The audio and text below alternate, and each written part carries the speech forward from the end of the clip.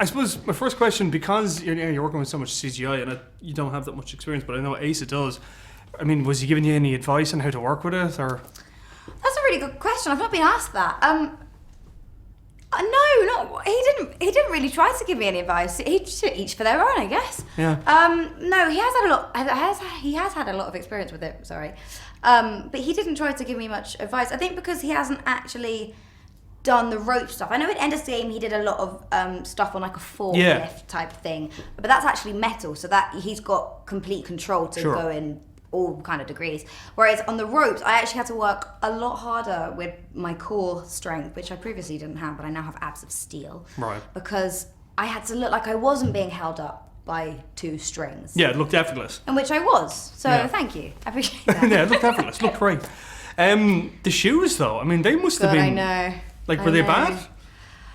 No, they weren't bad. I make a big fuss of nothing. I mean, I'm scarred for life, but they're not that bad. They weren't heavy anyway. I had about 7 different shoe fittings, because Tim's obviously such a visual person, and the dress is so pretty, and the wig is so nice and floaty, and then you look down, you're like, and there's the Tim Burton part of the film.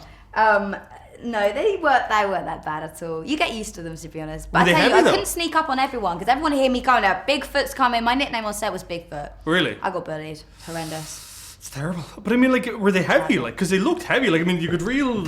I'm glad they looked heavy. Yeah, they looked like an axe or something. No, they the first ones we tried on were too light. The second ones we tried on were too heavy, and the third ones were just right.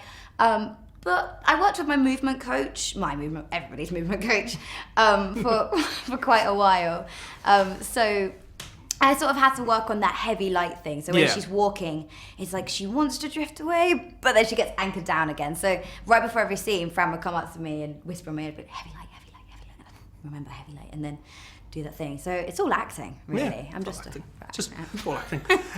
Did Tim give you any kind of specific pointers for the performance? Like, I mean, did he point you to any one film or any one kind of, like, I don't know? That's a good question. He didn't really give us very many references. I guess for Tim's references, it's like all of his other films, because they all have that sort of reoccurring theme, don't they, really, of like, of an outsider or somebody that's normal, being taken into this completely alien world and having to basically try their best to stay alive and to stay afloat.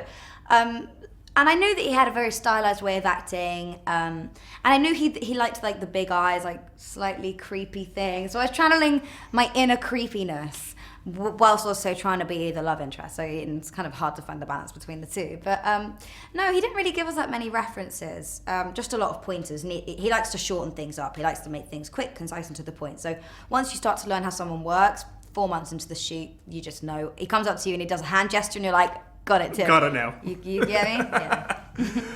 Okay, actually, there's a good one. What would be your top 3 Tim Burton films? Top 3? Oh, top thank 3. God you gave me a choice. Because usually people say 1 and I'm stuck. Oh, no, give me 3. Beetlejuice, classic. Yeah. Edward Scissorhands, I love. Yeah. When I was a kid, that film used to crack me up so much. That bit where he like goes to shake her hand and then he's like, and he like takes it back. I love that bit. Can only pick one more. I actually loved Big Eyes. I loved that movie. I thought it was really good. And it's, based on a true story and everything, which I thought was unusual for Tim, but I thought was absolutely, I really loved that movie. Oh, yeah. Very interesting.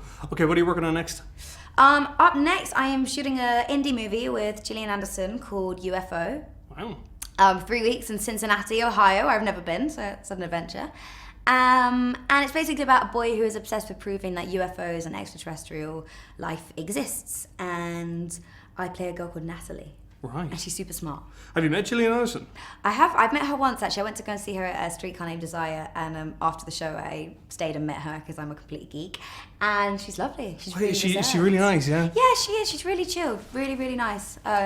Yeah, no ego, not pretentious, just really, really casual, cool chick. Cool. Okay. Hello, gotta leave there.